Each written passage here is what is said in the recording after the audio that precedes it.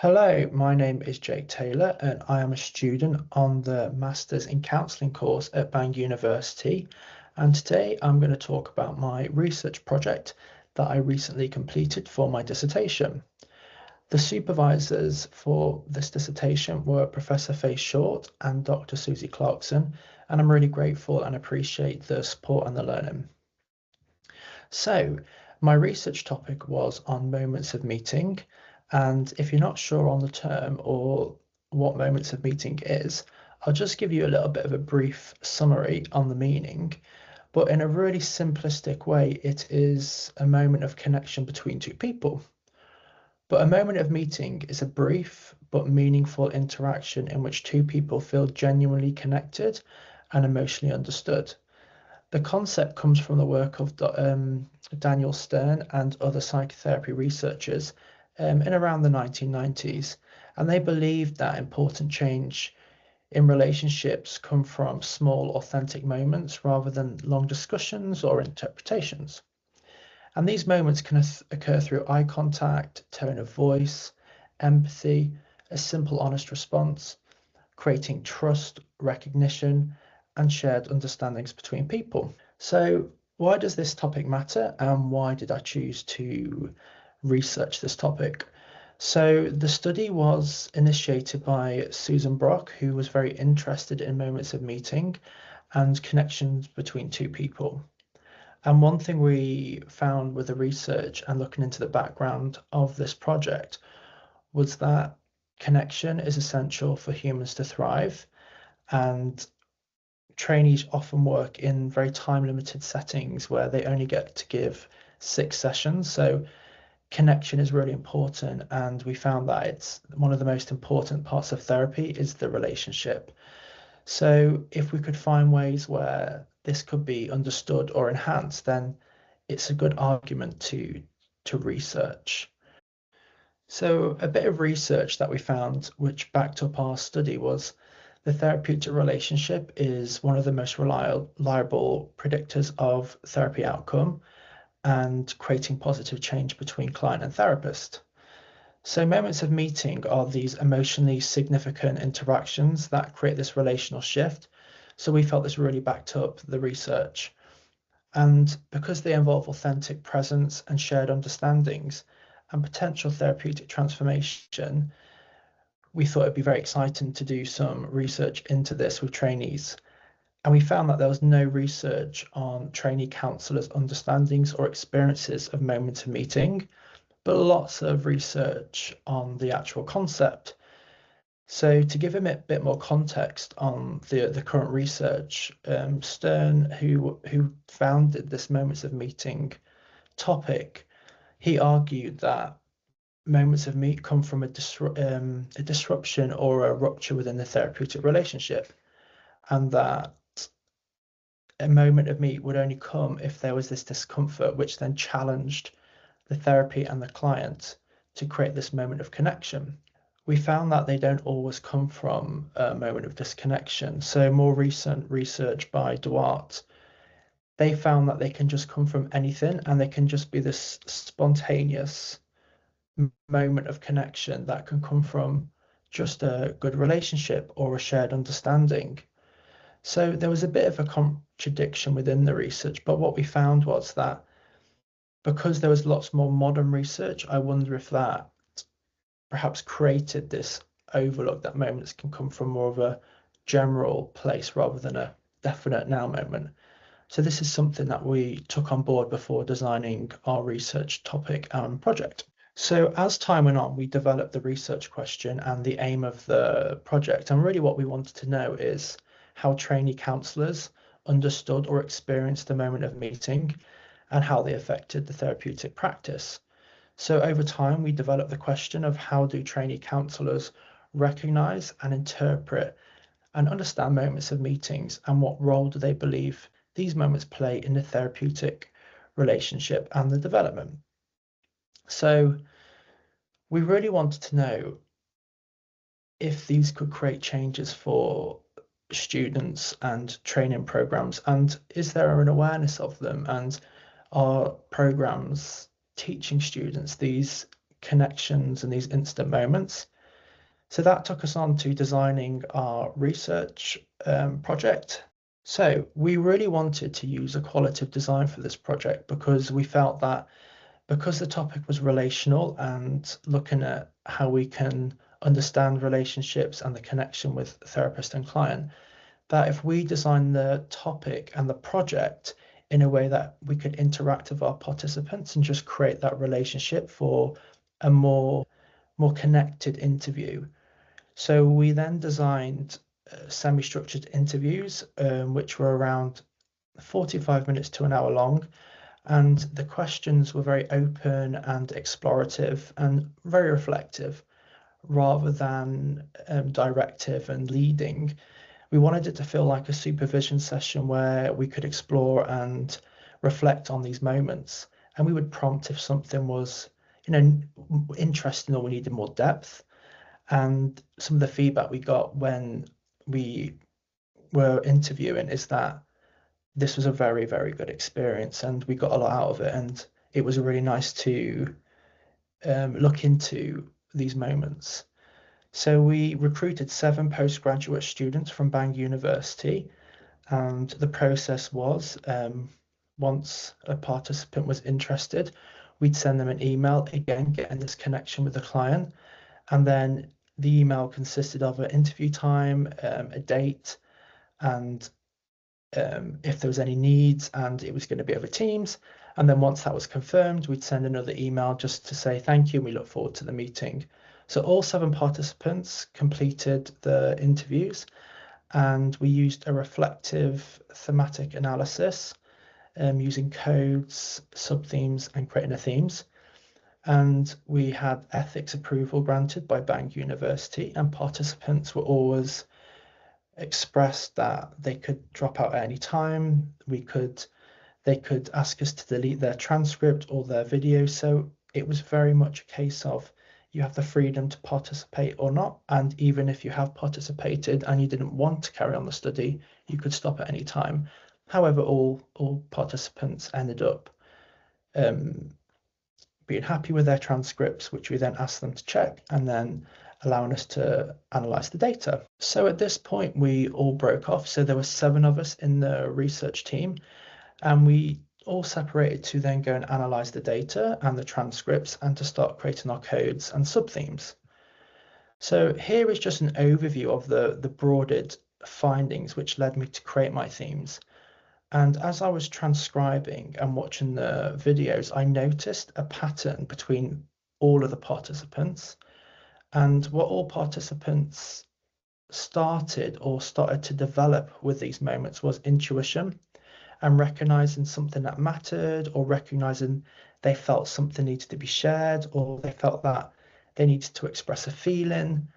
And they come in many ways throughout the participants, but initially it was through intuition.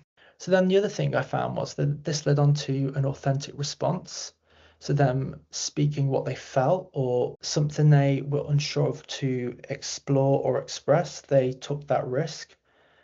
And some of the participants felt there was a risk to take, but they wasn't sure whether to take it or not, which is quite common within the moments of meeting theory with Stern, that there could be this now moment of discomfort or disruption. That wasn't with all participants. It wasn't a reliable source to use in the theme. So that then mirrored Duarte's, that it could just come from anything. So that then created an authentic response that then led to a shared understanding. And what was particularly interesting with the participant data is that they all then made this disclosure or found a similar experience which they discussed, or they found a ground in which they were both felt common or relatable on. So it was just this, I've been there and I understand. And it was like 2 people briefly breaking the therapeutic relationship into this human-human connection, which then also mirrors the current research on moments of meeting. This then led on to the most prominent theme within within my findings, that I found that some of the participants really highlighted how this created this therapeutic transformation and this turning point within the therapy. And then also this led on to some professional growth. So these were some of the findings that initially shaped my theme. So I think I'll move on here so you can see the themes broken down. I had 5 themes and I will go on to talk about that now. So going on from what I found, I ended up coming to theme 1, which was intuition in recognizing moments of meeting.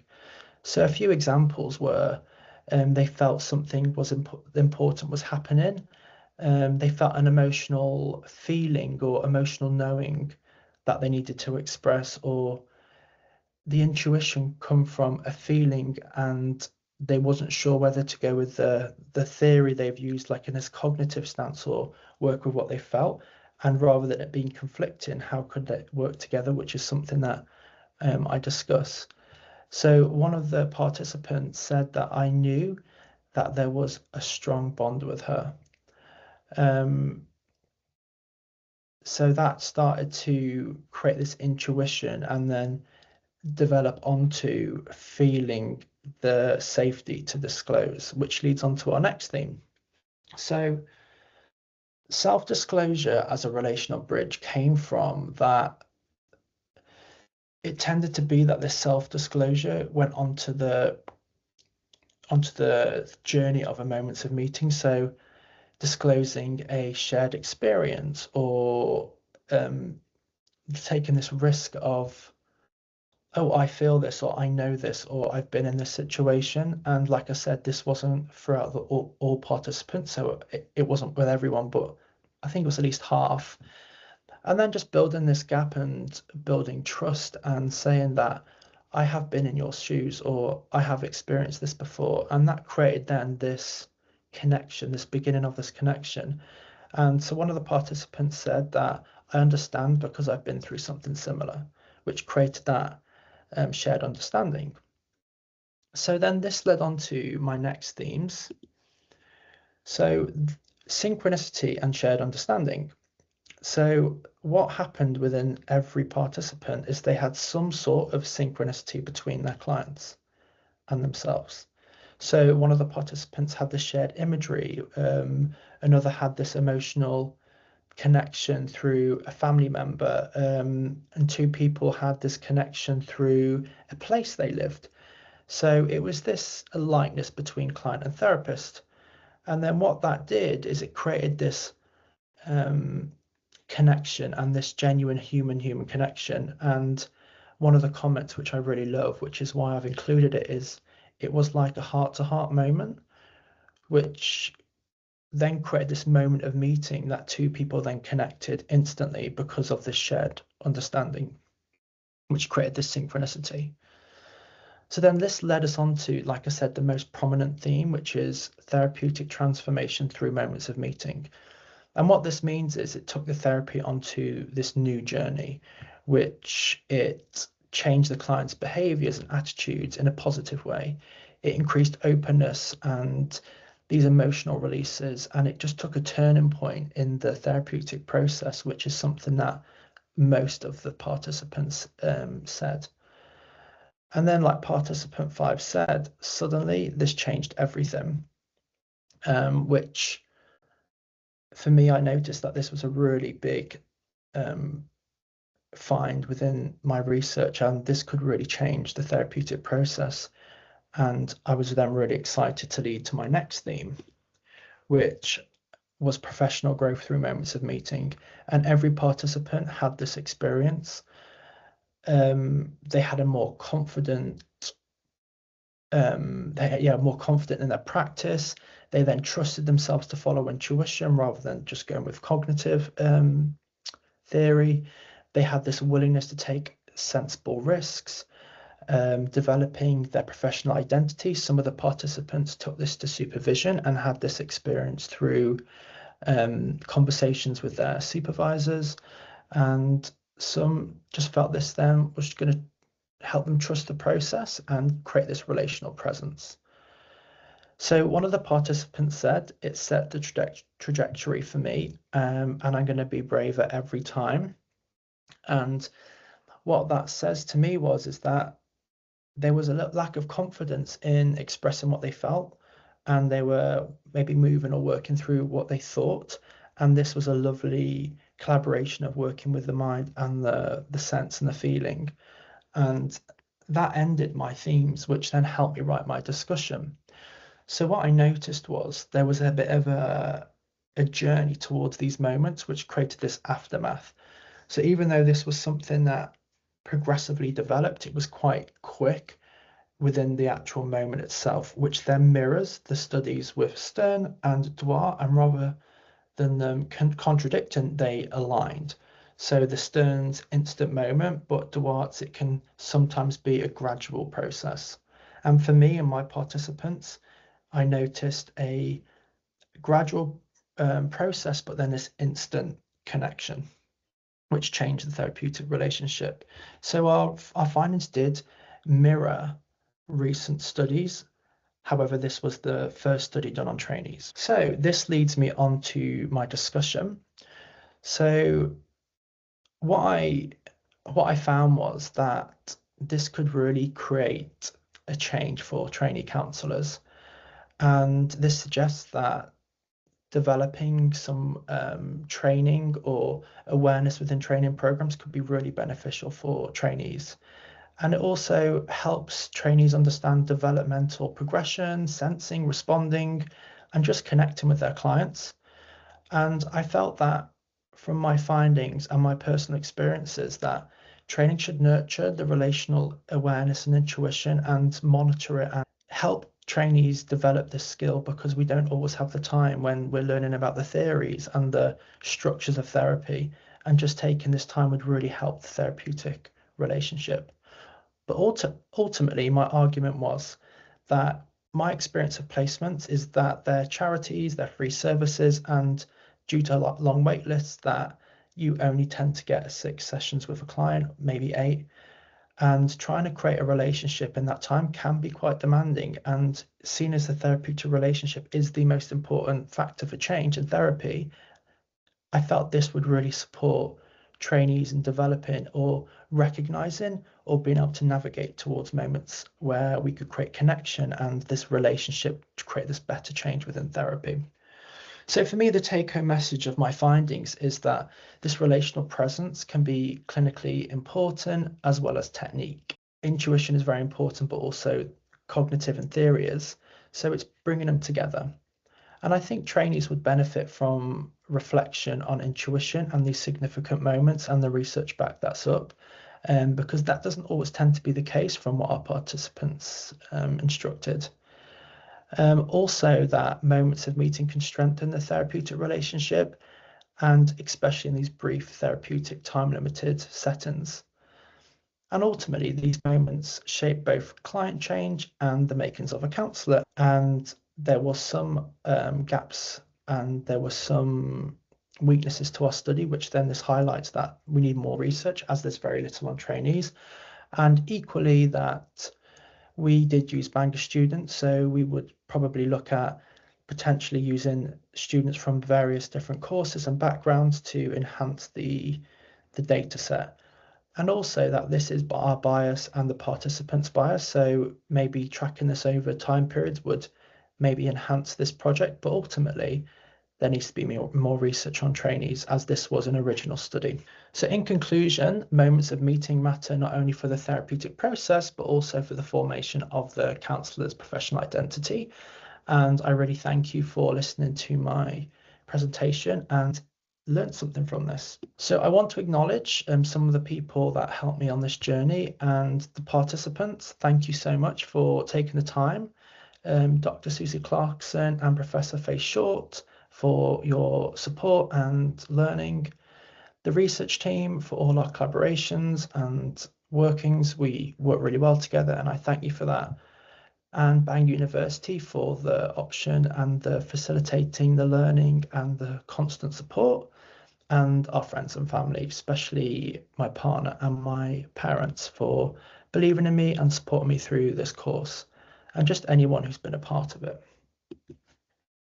So thank you so much, and these are some of the references from my presentation, and my email is below if you'd like any more information.